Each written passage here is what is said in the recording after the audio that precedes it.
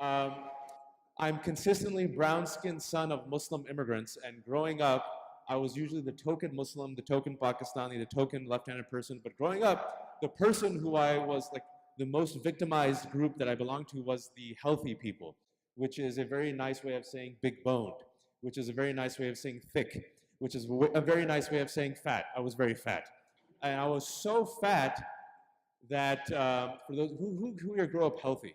So I did say that unlike Jews and Catholics, Muslims have the challenge that they'll never be absorbed into whiteness. I did a report 6 years ago for the Center for American Progress when our Muslim president Barack Hussein Obama was running for his second term. And around that, what? Too soon? You guys didn't know? He was Muslim. Thank you, progressives and white hipsters, for making the dream into a reality. But at that time, people were afraid about all these memes that came out, right? They're like, what, you guys remember the Muslim memes that came out? The Barack Hussein Obama is a Muslim. And so they wanted to kind of figure out where these memes came from. And we almost did like, if you see those TV shows like Law and Order, when they get like a huge chalkboard and they connect the dots for like the gangsters and, this is the capos. And we found out there was like $40 million since 9/11 that was sent by about 7 major funders that went to think tanks in DC that produced memes such as Obama is a Muslim. Raise your hand if you heard this. Obama is a Muslim. He is. No, he's not. Sharia is a threat to America. Sharia is a threat to America. You guys heard that one? A practicing Muslim is not a moderate Muslim, a moderate American. A practicing Muslim cannot be a loyal American. You guys heard something like that? Okay, so all these memes that were once on the fringe and the right wing and the extreme got pummeled into the mainstream around 2011 and 2012. At that time, the Republican Party that was led by Mitt Romney, he rejected this stuff, if you remember, because he's of the Mormon persuasion. Fast forward to 2016, what was once fringe literally became the same talking points for Donald Trump. And it wasn't just Muslims. It was, what was the first thing he said when he descended down the golden elevators? The Mexicans are rapists and criminals. You guys remember that? Oh, he didn't mean it. No, he did mean it. People like, don't take it seriously. I took it seriously. And then the second thing he said after Ben Carson got a huge bump for making his anti-Muslim tirade, which he didn't take back, Ben Carson got $1.1 million of funds that same week. It was a rally in Cleveland. The few days after he said those anti-Muslim comments, more people came, and then his Facebook post went skyrocketed. So that's when Donald Trump came and entertained the anti-Muslim stuff. People forget that, right? Then after the anti-Muslim stuff, he went after the immigrants and the refugees. Then he went after blacks, and apparently it's the worst time ever, ever, ever for black people, so what do you have to lose? But, let's not talk about slavery. Too soon? My bad. And then, and I remember I was telling someone else, I was in Florida, where I was talking to a Jewish community that invited me for the first time, and the rabbi said, listen, bro, liberal on everything except Muslims, Palestine, and national security in Israel, just letting you know. I'm like, awesome. And he goes, you're the first Muslim we've ever invited, because I've been hearing the news, and anti-Muslim bigotry, I think, is a problem. So addressing the Jewish crowd, there were 2 tables in front of me that were pro-Trump. I'm like, listen, if you're a student of American history, he's gone after Muslims, immigrants, Mexicans, black people. Who's next? And literally, they're like, I'm like, yes. The reason why I'm mentioning this is if you look at the DNA of Islamophobia and anti-Muslim bigotry, specifically the anti-Muslim memes that I mentioned, demographic threat, they're going to take our women, they're savages, they'll never assimilate, it's a foreign threat. If you literally replace Islam and Muslims with Catholicism and Catholics, it's the same exact memes that were used in the 1950s. If you replace Jews and if you replace it with Jews and Judaism, the same exact memes that were used in the 20s and 30s. The difference is that the majority of American Muslims are not white. 20 to 30% are black, 25% South Asian, 20% Arab, and the rest are miscellaneous. So many Catholics and Eastern European Jews were able to absorb and hide under a cloak of whiteness. You guys with me still? Muslims will never be afforded that same cloak. And there are white Muslims, by the way. And the reason why I gave you that trajectory is the same question you asked about black masculinity, like, oh my God, it's so earth-shattering that black men can hug and be loving. It's the same exact thing when it comes to Muslims and those who look Muslimy. How can you be a funny Muslim? I literally got asked that question by liberal voters in New York.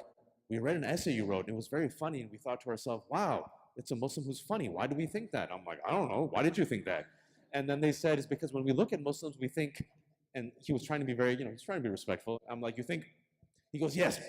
I'm like, constipated? He goes, no, not constipated, just angry. And this is why in my opening, I'll end on this, is why I said that the two major fault lines I see, and there's many fault lines, income inequality, gender relations, race and religion. When it comes to race, it's white supremacy, an ideology of supremacy based upon exclusion and marginalization of the other. It does not say that all white people are evil. It does not say that white people are inherently bad. I'm not trying to guilt the white liberals in the audience. It's an ideology which is the core of America, part and parcel. It's our better angels, that's our devil. And we haven't dissected it, we haven't examined it, we haven't uprooted it, we haven't cleansed it. We haven't. And you see that as the core that I believe is causing anti-Semitism, anti-black sentiment, anti-immigrant sentiment, anti-refugee sentiment, anti-Muslim sentiment. And when it comes to Muslims, the question of integration and acceptance is, unlike Jews and Catholics, it's almost the same exact DNA. What do you do with the black man who's a Muslim? The brown guy with the multi-syllabic name who's a Muslim? I will never be able to hide under whiteness. I can't. And that's the problem then, why you have to dismantle white supremacy or the ideology of supremacy to save all of our communities. I would say you have to proactively pop your own bubble and get your head out of your own cocoon and step into another bubble and make yourself temporarily uncomfortable. You have to proactively bring in people that don't look like you to be co-stars in your narrative. And what I mean by that is statistically it is proven, and your point, Anita's right, it's statistically proven that if you actually have a one-on-one interaction or relationship with the person in real physical form, it inoculates you and reduces, if you will, the fears, hysteria, and tension, racism, Islamophobia, what you will, the one-to-one personal connection. A second part of this, which is critical, is the component of culture, arts, and storytelling. I'll give you one example. I was born and raised in the Bay Area, like 45 minutes away from San Francisco. I went to an all-boys Jesuit Catholic high school, token Muslim, all-boys Jesuit Catholic high school, where I was the only openly Muslim person, and every semester they try to convert you into be a Jesuit. You guys know this, right? And so it's like Bible as literature, social morality, Christian justice, and then each semester the highest grade was Wajahat Ali, second highest grade was Kalian Neelam Raju, third highest grade was the lapsed Muslim Naveed Mustafavi, and the Jesuit priest used to cry reading my names, right? But knowing those people, since I was literally the only Muslim they ever met, fast forward years later, when the Muslim ban happened and people all across America came out spontaneously on the weekend to invite foreigners and visitors, in every airport. You guys saw that, right? A friend of mine who grew up with me from elementary school messaged me on Facebook years later and said, I've been following your stories and I remember you, and all the fears that you talked about race and integration and this, that, they have come to light. Just to let you know, he's a white dude. Me and my girlfriend want to do something good. We're going to come out to the airport. The point I'm trying to say is never underestimate your personal power of being your best version, your best authentic version. You're sharing your story, reaching your hand across the aisle, because that small nucleus, right, your family, your community, your school, can inoculate an entire generation. And the reason why I mention that is because oftentimes we look at what's happening in Puerto Rico, Las Vegas, climate change. I'm sure most of you are like, F this, man. I'm tapping out. I can't even pay my bills. What? Puerto Rico? What? Las Vegas? I'm done. I'm tapping out. F it. Hopefully Jesus will come and I'll be on the right side of history. Right? Everyone's like, I'm tapping out. Who am I? I'm not powerful. I'm not in the media. I'm just an average Jose or Joe in Ohio. That's one thing you do. The second thing I'll say is art and culture real quick.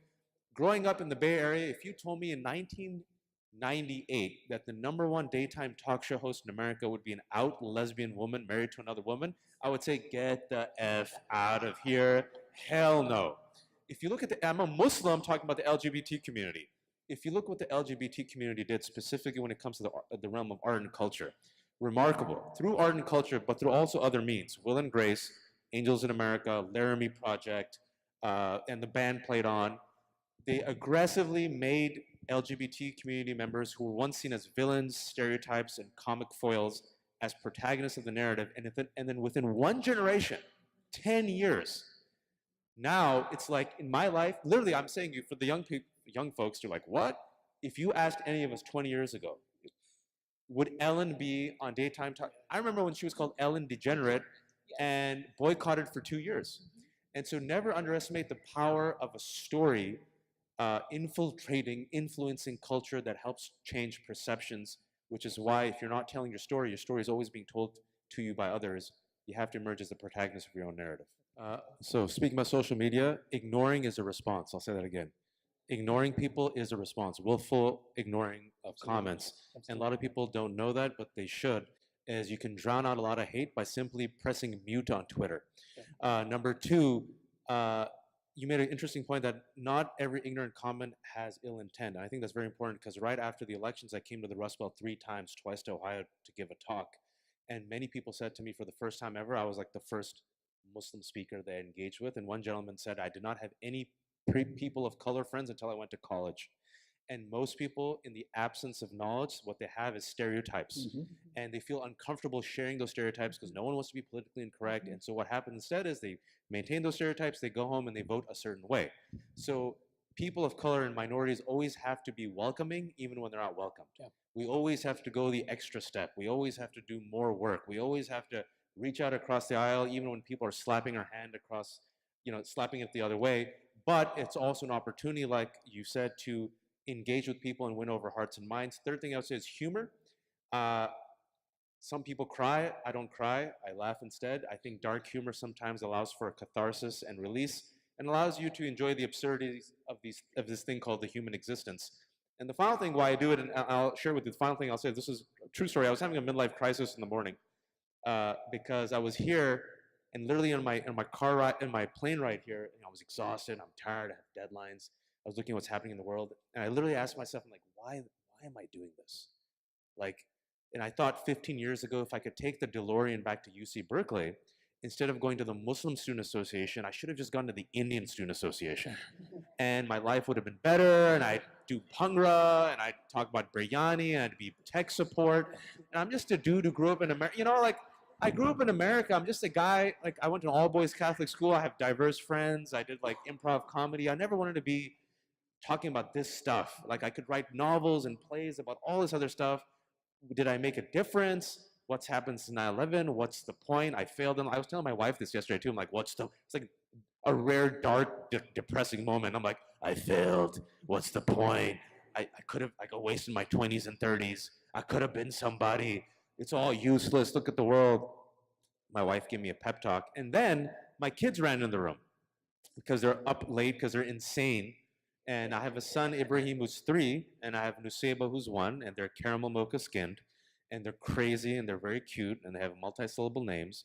And each time, and I think about it, and each time I think about them, and I'm going to end on this point, is look, I've had a good life.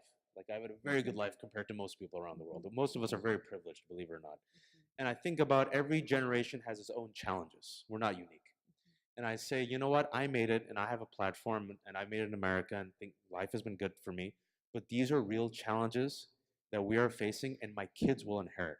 So I've always wanted to be the Muslim gardener and plant the seeds, but oftentimes since 9/11, I've been the Muslim fireman. And now I feel like I'm the Muslim janitor, the American janitor. But if it is my job to be the janitor, at the very least, I can clean up this crap so maybe my kids can inherit a better future. And if I'm lucky, maybe before my time is up, I can plant a seed and maybe my kids' generation will inherit the shade and eat a nice fruit. Awesome. Wonderful. Thank you. So tolerance is like the lowest bar possible.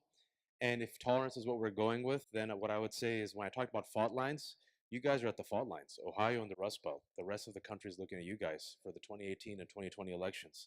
I'm serious. And I think you guys can really chart a new course for America, right? regardless if you're Republican or Democrat, many of you, based on your actions and behavior, will chart whether or not America, at the very least, at the bare minimum, could be a place where I might not like you, might not agree with you, but I believe you have the right to live your life with dignity, and I have the right to live my life with dignity. And maybe, just maybe, if you're willing to graduate and evolve from tolerance, maybe, at the American buffet table, I will invite you to bring your biryani next to my meatloaf, and our kids can eat and get fat together. Awesome.